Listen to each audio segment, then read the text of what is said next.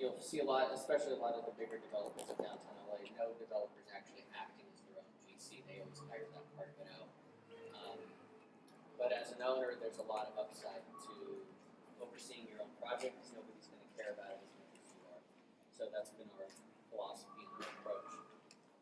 It's kind of a quality control thing, and you got to make sure the money doesn't walk off the job either. So that's the other by kind of education and experience, I have my master's degree in city planning, and I've worked for a couple municipal governments on the East Coast before moving back to LA. I was born and raised out here. A little bit about the project before we walk through it, and a little bit of our thinking too. I'll try to make it brief. It's much cheaper and easier to do everything slab on grade, so no subterranean parking. You have retail up in the front. It's about 2,000 square feet of retail, and then we have 47 units up above, 24 one-bedroom units and 23. They're two-bedroom townhouse style units. So it's a kitchen, living, and then an internal staircase up to 2 bedrooms on the floor above. And we can go through and tour all of that kind of stuff. I know you guys are doing kind of structural engineering type things, so I'll kind of explain a little bit of the thinking. The water table is only about 13 feet down here, so when I told you there was an old gas station on another corner, we had to dig out the bad dirt, which meant we had to do shoring all along the northwest corner of the site, dig down to get the bad dirt out, and as we dug it down, 15 feet down or so, you drop a rock, it's all completely water, it's like a lake. So it's better to keep the footings and all that as close to the surface as you can get. Again, it just makes for a cheaper and easier construction process. And then it's just 3 floors of wood frame construction above type 5A. Yeah, I'll leave the rest for when we go up the floor. And then this is Kervin, he's from the architect's office. Yeah, hi, my name is Kervin. I work for the architecture office. We have worked together with the client and the owner to bring up the massing and break it down into 47 units and 2 living spaces in the front. The type of construction is type 1 in the first floor, which is concrete, and then wood framing above the footing level. We try to fit the massing and maximize the FAR as possible, and also to create open spaces in the podium level. Also, as maybe, I don't know if you have seen it, but in the front we have that special piece, which is the entry lobby. We wanted to bring something cool, something nice into this neighborhood, so we designed that piece, which is like the main focus of the regular massing around it. But we can start walking around and we'll explain more about the project. Okay. Oh, we'll go up, there's a staircase up here.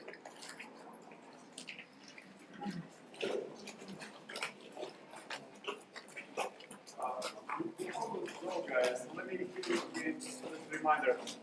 Take lots of photo pictures and make sure you record important information right now when they speak for your report, like the day of time, weather, who was present. You can write the name of the gentleman, so it's going to be for your report. There's stuff everywhere, so I know you guys are hard out, just be careful.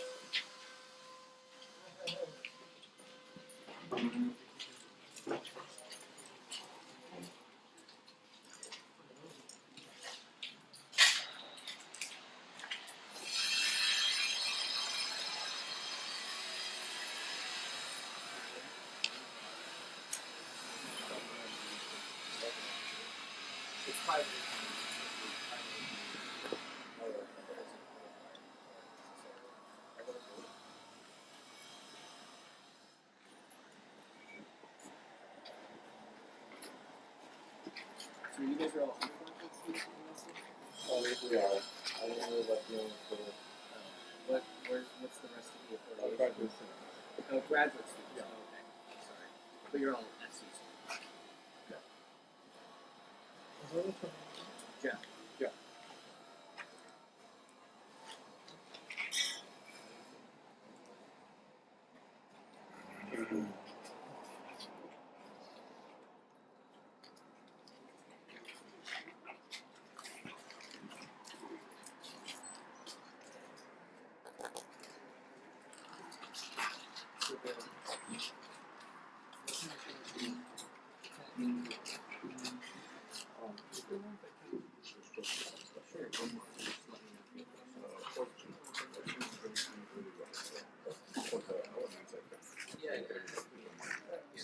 Okay. Are we still missing some people back in there, or we're good?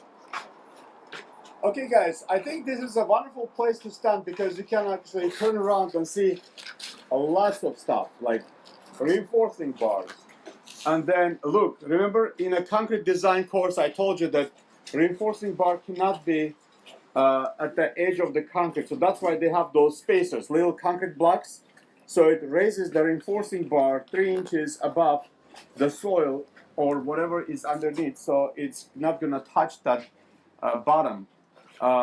Next thing you can see is the shear plywoods. Well, in this case, they used OSB, oriented strand board, and framing is still open. Some places we can go take a look at that and maybe see some hold-ons. What you see on this side here, remember when we were discussing in 511 class, the building enclosures? You have the black paper and then you have the mesh which goes over it, and this one comes together. It's already binded. And all you do is nail to the studs. You have the first scratch coat and then brown coat and then third coat gonna be finished coat for the stucco.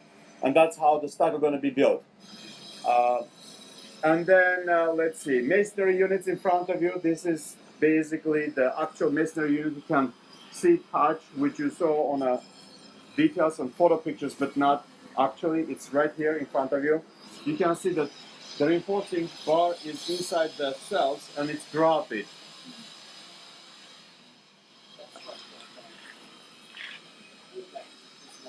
Mm-hmm.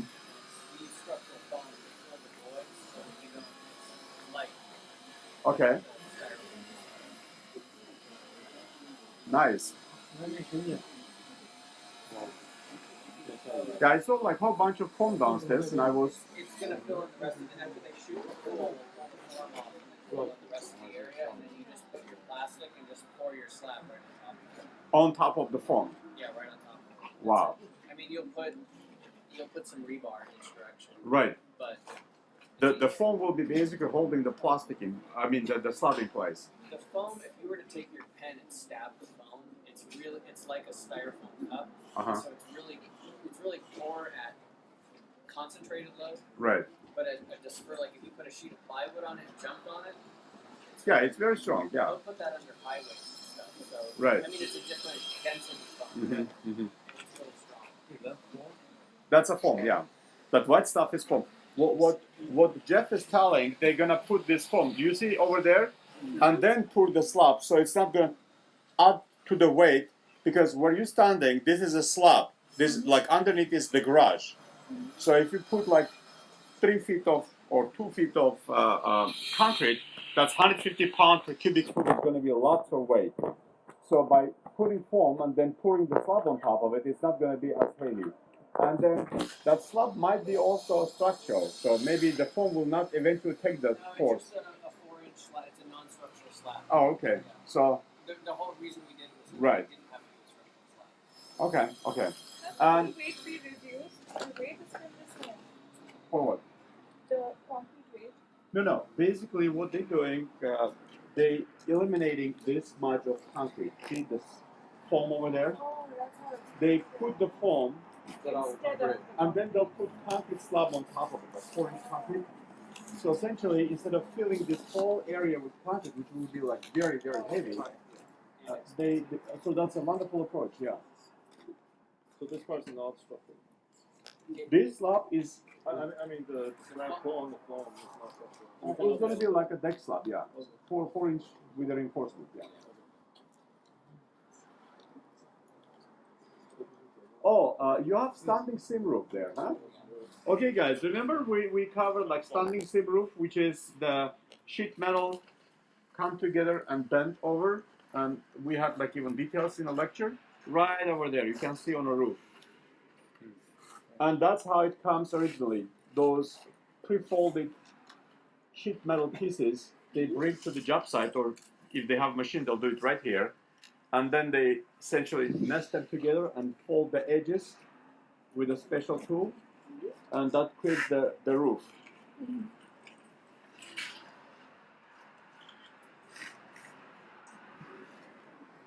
Jeff, do you have like any feeling how much is the project complete? Well, in terms of money spent, it's probably 80% complete. In terms of time, we probably have. We're trying to finish up a lot of the construction by the end of the year. So finish up the interiors, finish the exterior, and then try to start working on final inspections for certificate of occupancy. I think that'll probably take 2 to 3 months on top of it. Right. So I don't know. That puts us at 4-ish months remaining on maybe a total construction timeline of 22 months. So whatever the math is there. Okay. So there you go. Money-wise, it's 80% complete.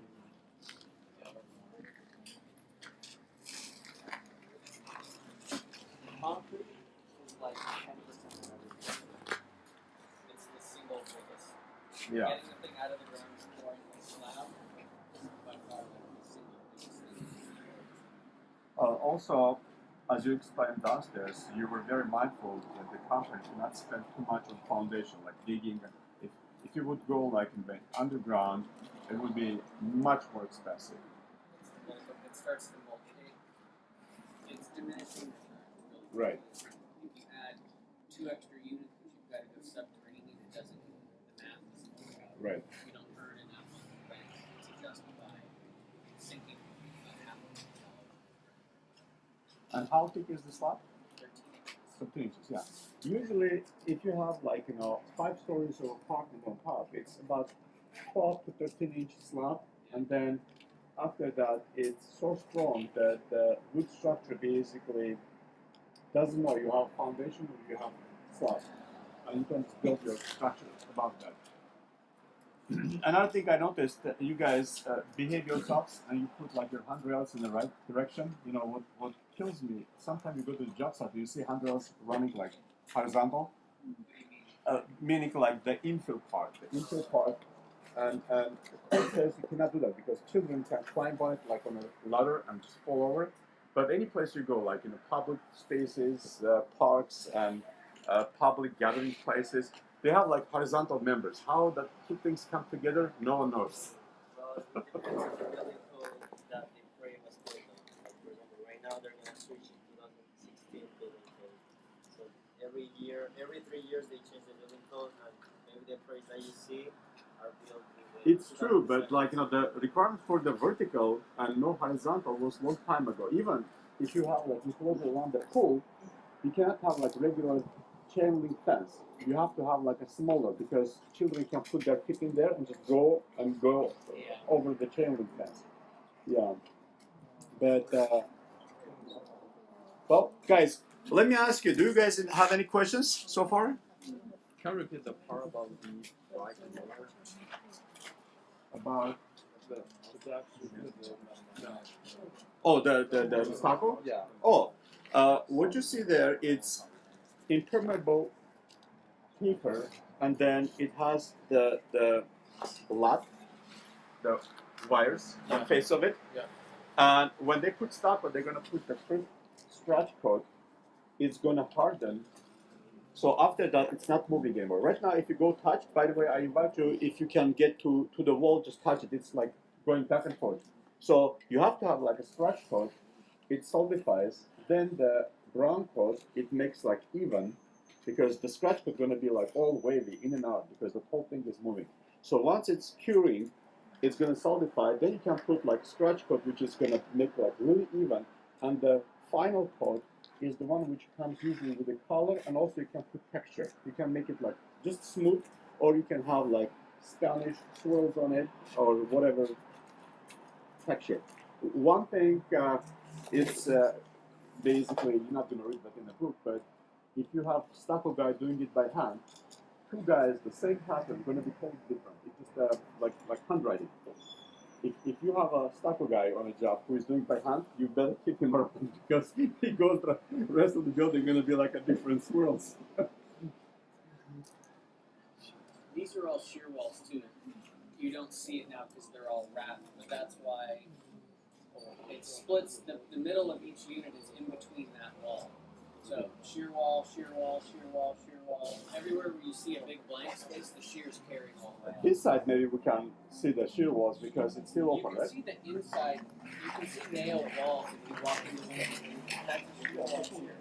You walk in back in. Right. Those are all glass. You can see. I don't think you're going to see any design wall. We closed the walls and double-sided walls. So it's, Regarding stucco, guys, look up. See under the soffits or balconies, do you see it's a different type of lot? When you have stucco, which is overhead, you cannot use the same what you have on the wall because that one is very flexible on the wall. The one above you, it has corrugation to it.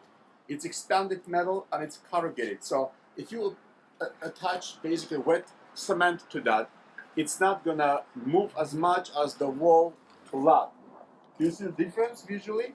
And when you go to your textbook or my lectures, you can see the difference in the photos and details there. But it's a very different lot, so there is always distinction. It's above your head or it's on the wall. Yeah. The one on the bottom. It's expanded lot, which is like sheet metal, but they just slice and then pull it like accordion. It's not corrugated sheet metal. It's basically a lot for the overhead application. Stucco lot for overhead application. And then let's see, right over there, there is like a corner piece I see, and it's good to find like some of the corners to see the corner stucco piece. Right there, I see that at the corner there. Again, in the class, you guys were questioning how that goes because see, if you have just a lot around the corner, it's not going to give you a good finish. But if you put that corner piece, it's going to make like very sharp, straight edge to the corner. Do you guys see at far end of the building, like the corner over there? Mm-hmm. It's a special piece which you nail after you have the lot in place. How my 305 students are doing? Where are you guys? Any questions on your part?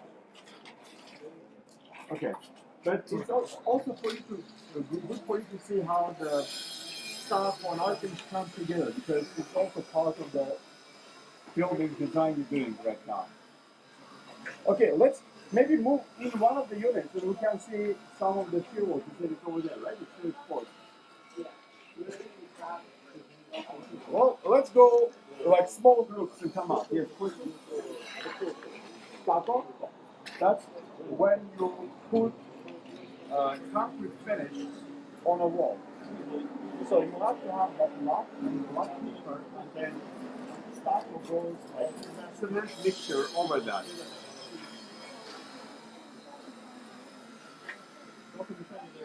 Like, look at, guys, look across the street. That's stucco on a face of the building. All the buildings you see close, it's finished stucco basically, the other side of the street. Yeah.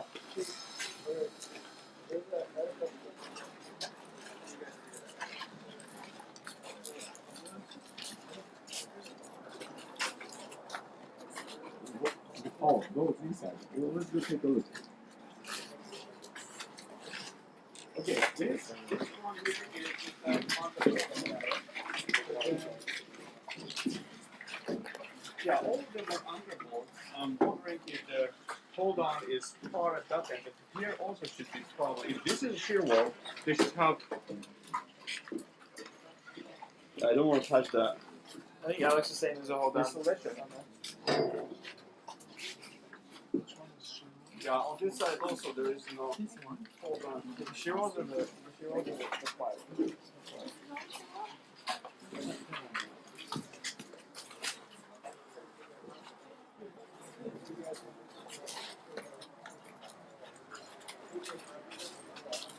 There are lots of upper walls, but hold-ons are not visible right now.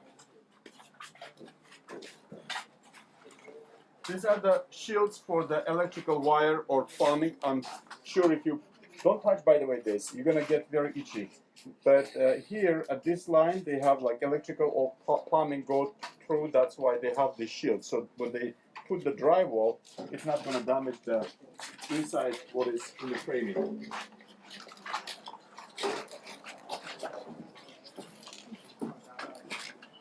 Where's Brandon? Here? Okay, I think I find hold on over there. That's maybe on this side here.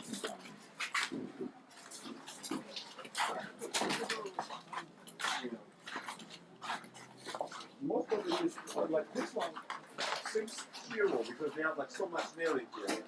If we open this wall, I'm sure we're gonna see some hold on there. This side.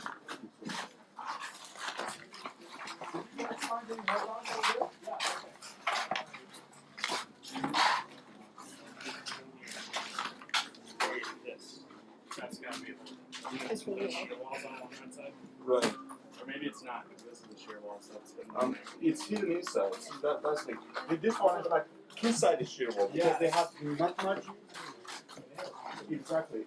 What happens sometimes when you run out of the when you put for the shear wall, you can put the same panel nailing on both sides, and it will double the force. They also have like 3x4 studs over there.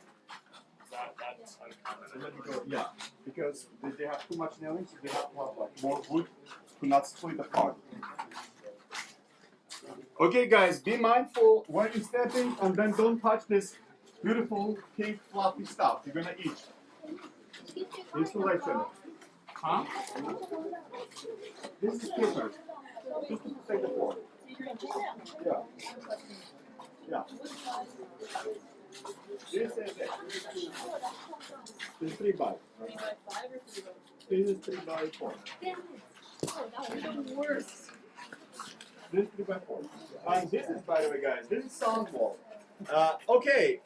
Both architects and building science. This one is interesting one because you can see here a sound wall. Sometimes to get like better sound protection, you have big seal at the bottom, and then studs are back and forth. See, zigzag. If I put here drywall, it doesn't touch any of the studs on that side. If I put drywall over there, it doesn't touch any of the studs on this side. So by such, I'm having like air gap between the two sides. Do you see that? So this is like a sound wall. Come one by one and take a look at it. What is that? You guys can hear me? It's called a what wall? We're not hearing you. What is it? Sound wall. Sun wall. Sorry.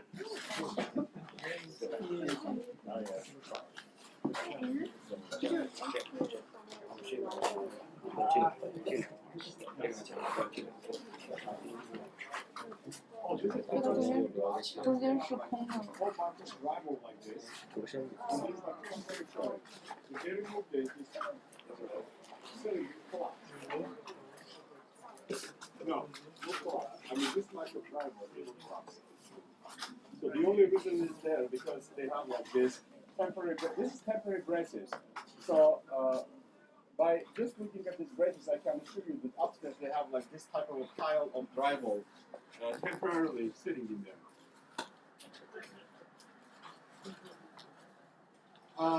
You guys in my 305, look at the double place, look at the detailing, look how things come together. Found a hold down.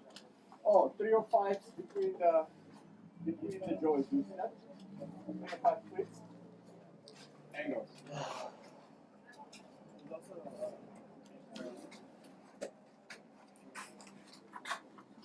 Paul. Yeah. show the rest of the gang over there, like the 3 or 5 clicks in between the joists on top of the double plate. We see from this side. I'm sure you're gonna see there someplace too. No, on top of the double plate. It's attaching double plate to the blocking.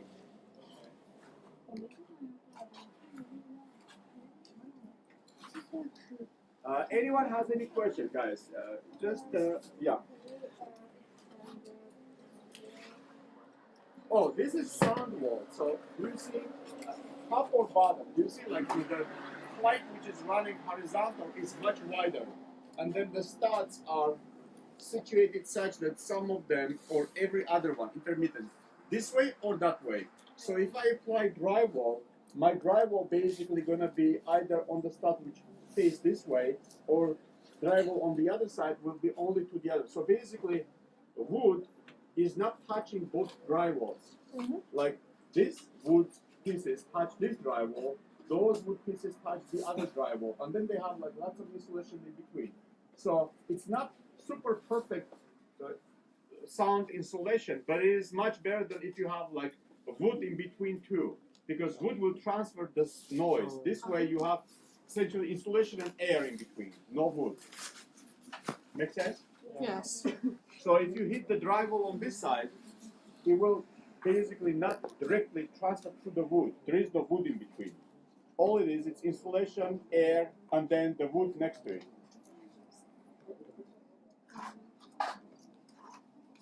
Now, in the other project when we went there, they used like special zip clips. It's a different type of approach.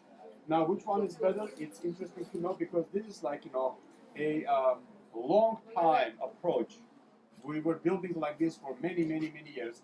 Now they have all these new innovations when they have like special metal zip clips you put, and supposedly those attenuate sound a little bit. This one works pretty well. So. Okay. Those are basically floating floor hold-ons, and they have a spring actuated nuts. So when the building settles, those nuts be tightened as they go. These ones don't have springs. These ones don't have springs. They don't have it? No, these are zone 4. Zone 4, okay. Yeah, I think Simpson has springs in them, coil springs, which will just kind of tighten them. Yeah, you would pull a pin or something. Right. These aren't like that. It's got a whole each floor, you tighten the rods down, and it gets tight enough as you go each floor. Right. Yeah. But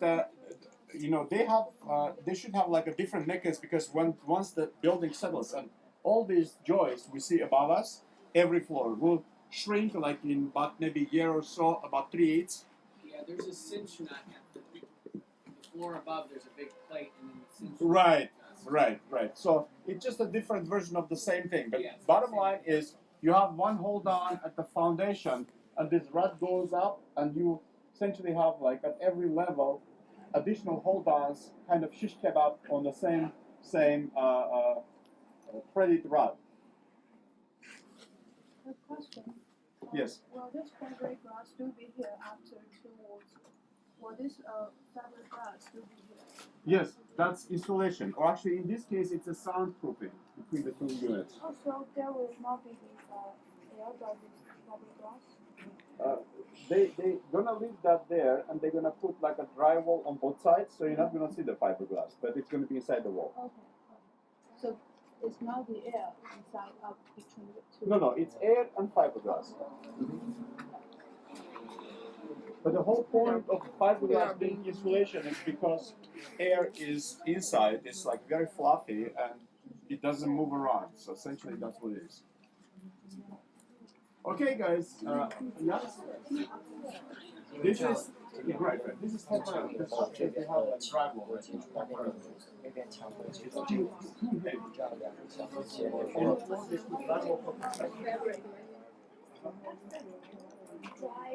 Dry and then wall. DIY wall.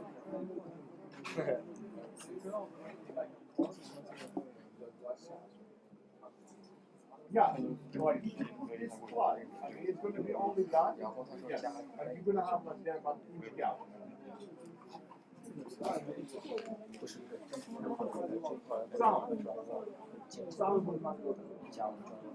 It's the soundboard. Don't touch it, don't touch it. Guys, don't touch the cotton over here. The insulation is gonna eat you. Yeah.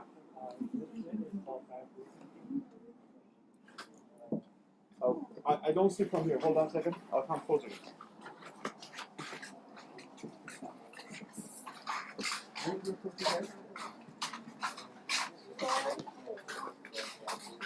Well, anytime you have a driver, it's fine. Driver is fine. So, additional type of type X.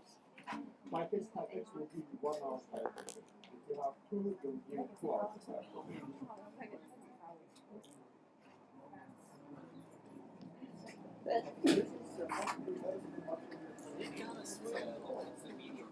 Yeah. Voltage must be like, security and other. Right. And I think high voltage is over there. Yeah, this is the Regular voltage.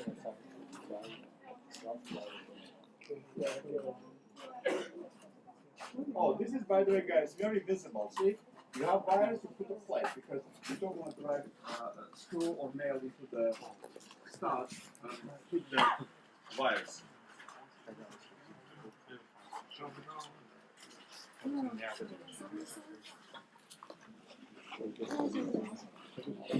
You don't want to drive nails in the stud, so you can avoid the wires. It's not required.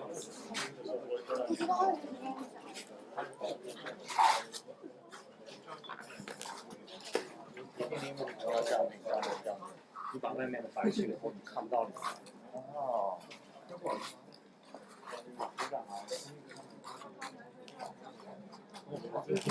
上面那个吗？不做。他问他那个是不是付费的，然后那个不是，他说你得试对。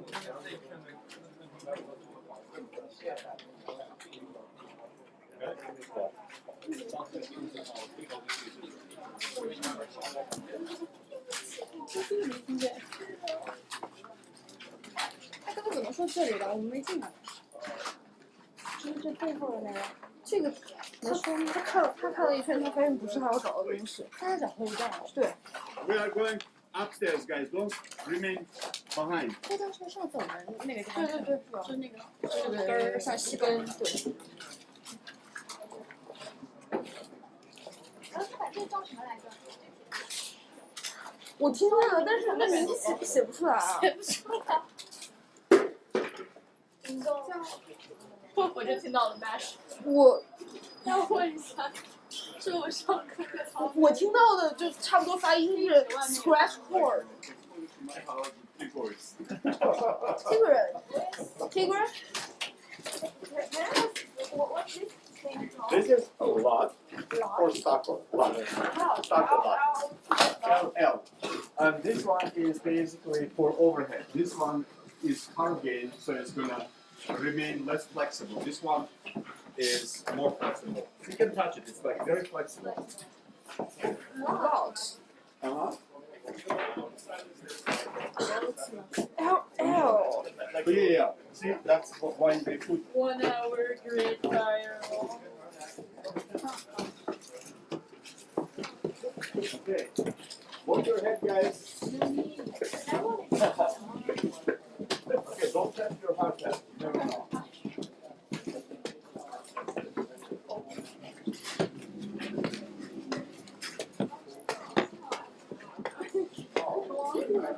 Drive all fully prepared.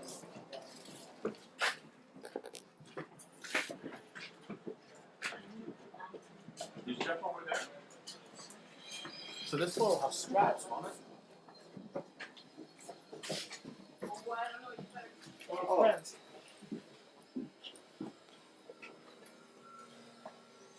I don't want to guys to go there because there are lots of nails. Yeah. We'll have a peek from the door.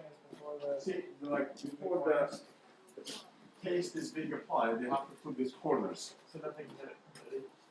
Right, otherwise it's gonna look like I'm trying to find, well, they don't have any. You're gonna have like basically a really rough edges on both sides. It's gonna look terrible, so you're never gonna get it square. But this will make it like very straight. Okay, guys, don't go inside much because you don't have like a steel plated shoes and there is lots of nails in there. This is a loft space. What's that? This is a loft space. Yeah, I think so. But let's see. This one is a little bit more swept, so we can go here. Oh, they closed it.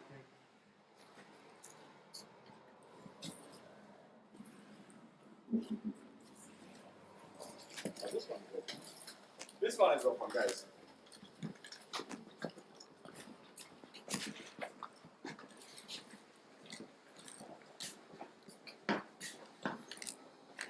What did they do to the floor? Is this concrete? No, this is not concrete. This is basically a topping. Again, for the sound. Let me wait before everyone comes in. We're going to test the strength of the floor. Like, oh, we are in the grass. Jumped again.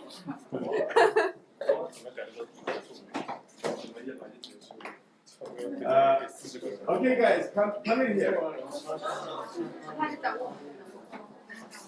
Okay, no jumping up and down. Too many of us here. We don't want this floor go down. But this is like rough drywall. Again, if you remember my lectures, I had like lots of photo pictures there. If not, go back and check it. So what's going to happen next? Let me come to the wall and show you. See this crack over here between the two? And if you touch, there is like indentation. Edge of the drywall is thinner. So if I put something straight here, it's going to be like a big. Do you see here? It's like inside. So what you do, you put like paste, you put the tape. You have to have a tape, paper tape or special wire plastic kind of a tape. If you don't put that as a reinforcement, you can put like all the paste you want. You finish, it dries up, next day it's going to be cracked, okay? So if you put paper tape or put a wire tape in there and then put paste, it's never going to crack again. And then you have to touch all these holes and then finish. Remember we have like 5 types of finishes. 0 being like really rough.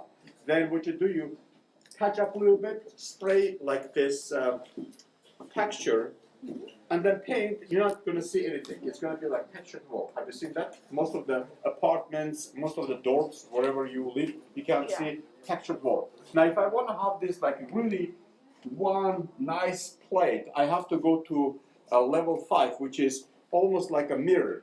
And again, the paint, if I put like dull paint, it's not going to show much of imperfections. If I put something shiny, it's going to be like everything visible. So if you want a really nice finish, you have to spend lots of time. It's expensive. If you don't want that expensive money for the labor, you spray the texture, paint it, done. Most of apartments are done that way, okay? Another thing you can see, all the wiring is inside, the boxes are open. So when they finish patch, paint, the electrician will come back and put all the inside elements in place, and put the cover and done with it, okay? And those who did not come earlier, and I was explaining, you can see at the corners where you have drywall to drywall, every corner. You put this corner piece. And if you remember my lecture again, I had like lots of photo pictures and details for this different kind of stuff.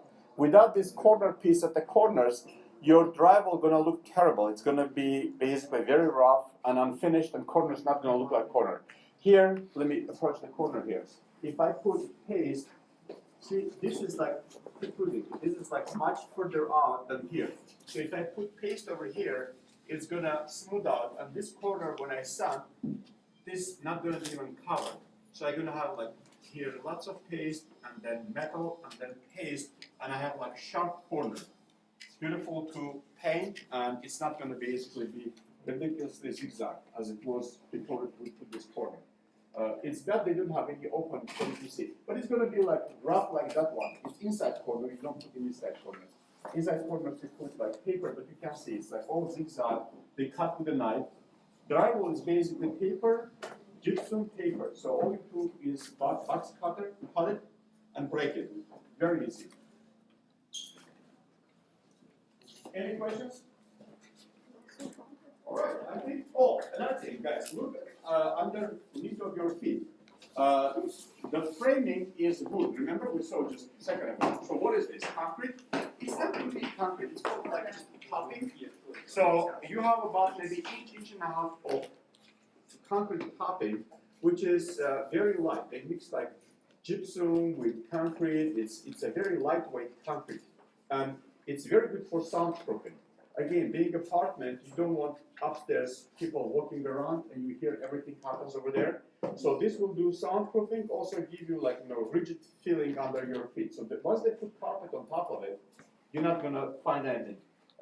Anyone wanna guess why these cracks are on the floor? The pots? Just to make sure it's not gonna crack ugly. That's why they put this. So usually anytime you pour slab, you cut them about like 6 feet by 8 feet squares. If you don't cut, and it's not true. Like if you have 4-inch slab, you cut like maybe 3 inches. Here also, you have like inch and a half, maybe cut like 1/4 inch or something. So if crack has to happen, you run along these lines with quick cut instead of having all unsightly cracks all over the place. Make sense? Yes. There's no reinforcement in the topping? For the topping, they don't put reinforcement. All they do is basically put black paper on top of the plywood and fill in with that. Yes. Let me see.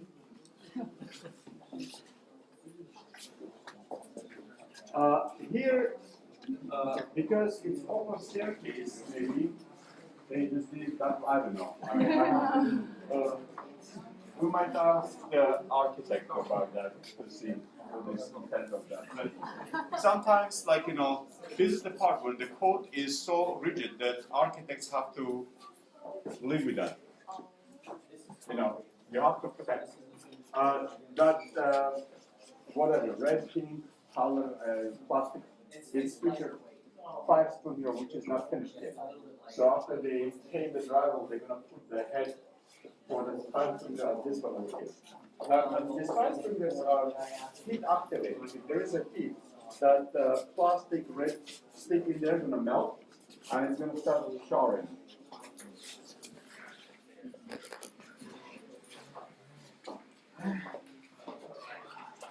And if you remember, like one of my first lectures, if you don't have 5 meters, this apartment would have been much smaller because they would not let you build so much. That part, I mean, under the ladder, under the staircase, being on fire. Because you need to have like, you see, like this one will not spray and get water in there, so I'm sure, like, if you go into these 3D lines of the code, Like the distance. yeah, it looks ugly, but you have to live with it. Yeah, really ugly. Guys, any questions?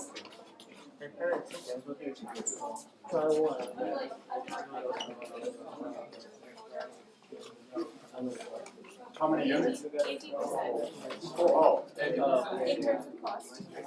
Yeah, that's a guess. Sure. I could look it up based on budget and any bank loan draw. I mean, I could figure we it are out. not representing the city, we're representing the real experience. That's only the bank. 80 is beautiful. Yeah.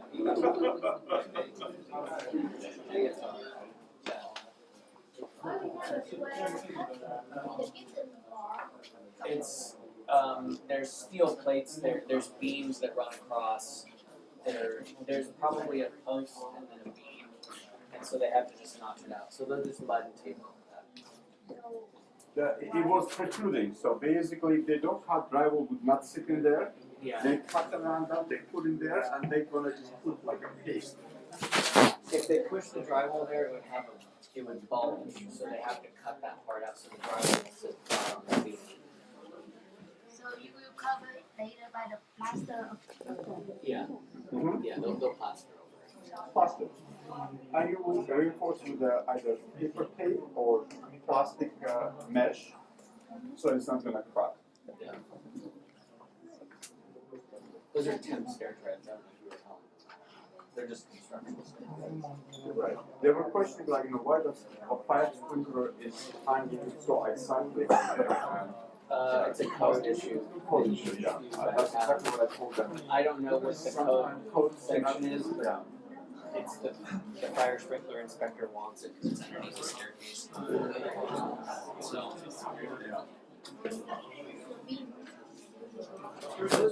Those are probably Simpson. It's I don't know. I think it's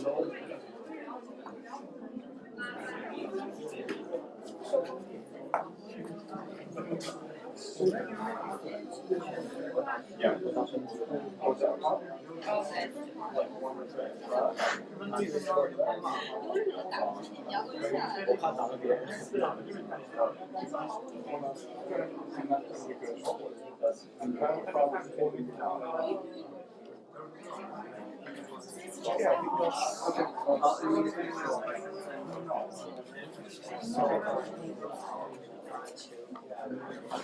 它上面有那个铁的构件，然后它就凸出来一块，比如说凸出来半厘米，然后所以它如果把这个 drywall 直接贴上去的话，就会有一个包，所以就要把那块去掉。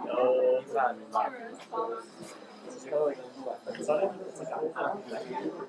这东西你听到叫啥？它是叫 knot， 但是我不知道怎么拼。我不知道上面那个我也不知道。但我就只知道它就是这个是 waterproofing， 然后这个就是要最后墙面完成的时候就喷那些东西的时候是往这个上面喷，就像喷那个材料一样。